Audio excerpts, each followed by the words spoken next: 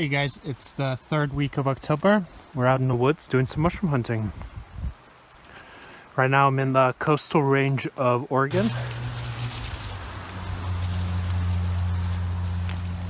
And it's freaking dark out here.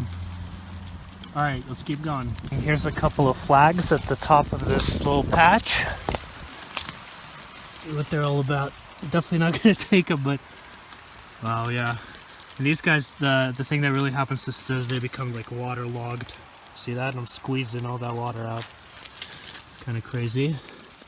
There's a little tiny one that didn't make it. Got, aborted basically by the mycelium. Didn't have the energy to sustain all that. Yeah, this one's going to be too waterlogged as well. But you can see the kind of range and sizes. Oh, wait a second. Here's something looking a bit more promising.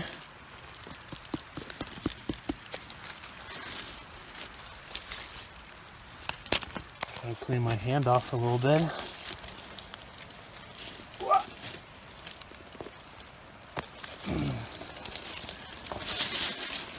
Let's see. There you go. I made it further up, and here we have periodically these flat cuts, obviously man-made, and what these are the staging areas for logging equipment. So all of this is actually reproduction. Can't imagine that there's actually any original growth trees left here. But in many ways that's actually good for things like matsutake. They don't like huge competition with bacteria and stuff, so often they prefer more of a younger, managed wood. In fact, that's what happened in Japan, is that their matsutake populations kind of plummeted because they were being obviously harvested a bit too much, but also that shouldn't actually affect the mushroom. You can harvest all you want. It shouldn't really have any difference. But what happened was that there was a cultural shift. That people used to go into the woods where these red pines and the oaks grew, and they would collect all of the detritus. So all of these little bits of wood that they can then burn, make charcoal out of, do whatever with. And in a sense, they were cleaning the forest and making it more favorable for matsutake growth. And so when, modern times came and they didn't do that or didn't need to do that anymore, the populations really quite dropped and maybe returned to more natural numbers, I guess you could say. So lots of study on matsutake in Japan, lots of papers published, quite well known what makes them trigger to fruit. It's really quite interesting how there's this pattern of increasing temperatures and drops, and then after another increase, then it sends out its mushrooms. So you can, and I've done this before, I have like a little Excel sheet that I use to track data, and I have one for boletes and one for matsutake, and I kind of can give a rough estimate when I think they will start based on previous year's experience. So let's see what else is. I'm going to grab that little chanterelle in a bit, but okay, so I see something really big over here, and I think this is a fib. Yeah, it looks like it to me. And okay, so there's another one and another one there. Great.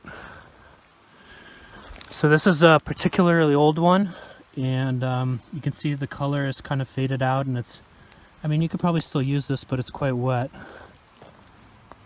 And there's what it's really known for, is a dark, pretty extreme reticulation, not so obvious on that older specimen.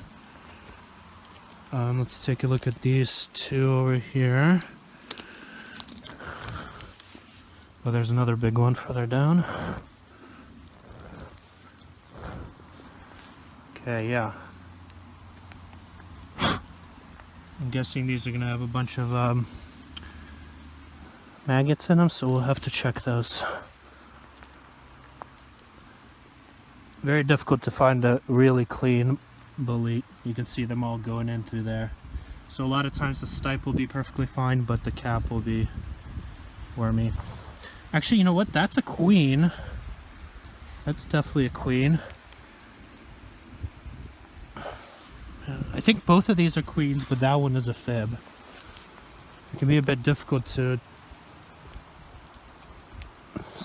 tell apart sometimes, not always, but yeah, this looks like a queen as well. Well, no, maybe these are never had too much trouble identifying those two before. But yeah, there you go. Let's see if there's anything younger. Yeah, I think, you know what, I'm pretty sure those are queens, because I also remember that the fib has certain bumpiness to the cap, and you can see like these two are perfectly smooth, and those are definitely queens. These two at least. Now I see something over there that looks much more like a fib. You guys see that? Let's take a look. But it could also be a queen, but that's just come out earlier. Had a chance to tan itself a bit. No, that's gotta be a fib. Yeah, that's a fib for sure. Yeah, look how bumpy that is. Oh yeah, this is a good one. Look at that. Oh no, look at that, bummer. So I guess they're all mixed up here. Nothing wrong with that. Let's take a look. Oh boy. Oh boy, oh boy, oh boy, oh boy. Oh boy. These are fatsas. Yep. Again, there's that characteristic quality of the quaid. A stipe that's almost wider than the cap in the earlier stages. So there you go, we'll be trimming these guys up. You can see all those hoppers coming out. Oh, look at all of them. And this one just has some crawling around, so we'll clean that off, and the left one I think should be perfectly fine. I think I see one way down there. Can you guys see that? Should we go check? Oh, wait a second, don't go too far. Here's one. Right on the edge. Queens particular, not so much Matsutake, but queens love ridges, edges. The other thing for queens you should look for is chinkapin. There seems to be possibly some association with that, but it's not the key species, I would say. And this kind of red soil, sometimes people say, is key. Oh boy. See, I mean, we got the timing perfect this year with the mushrooms, but sometimes nature beats you to it, and just nothing you can do about that. But that one I can feel everything from here will be absolutely clean, and that's just fine. Check these. What about that? I mean, sometimes you can just get a feeling, you know, something's got to be in there. It just doesn't look right.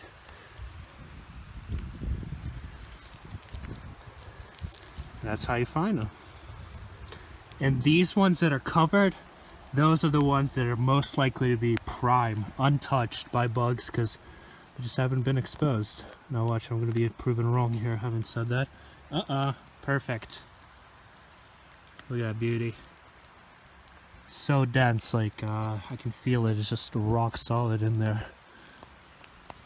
It's great. Okay, what were we going for? That one over there, right? I mean, it's definitely a bolete, but it looks way too large. But maybe we'll find something else.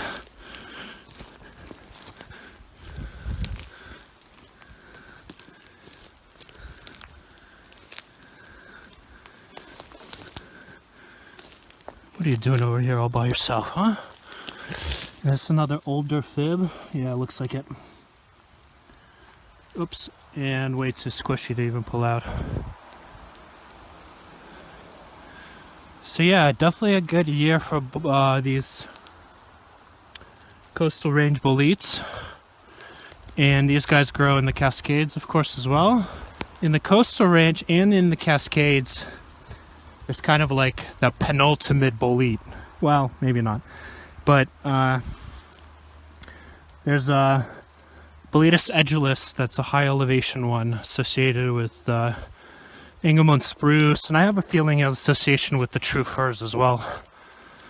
But that one is a very high elevation in the kind of alpine areas. I don't think I'll be making it up there this year. It's probably already snowed over anyway. So here's that Lycinum species. I'm pretty sure this is the Manzanita bolete, as it's known. Really fine scabers and quite an extreme blue-green staining to it.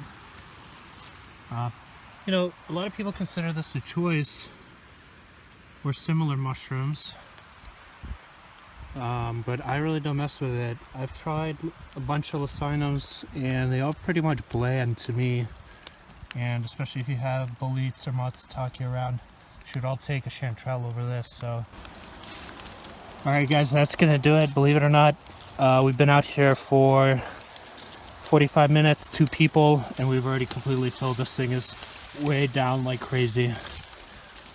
So we're just going to take these home and process them right away, because with all this moisture, they're not, most of those aren't going to be very good keepers. Although, another characteristic of the queen is that the flesh is quite firm. I would say a bit more firm than edgeless even. You'd have to find an edgeless in prime state and timing to get flesh that firm. Thanks for watching guys, and we'll see you in the next one.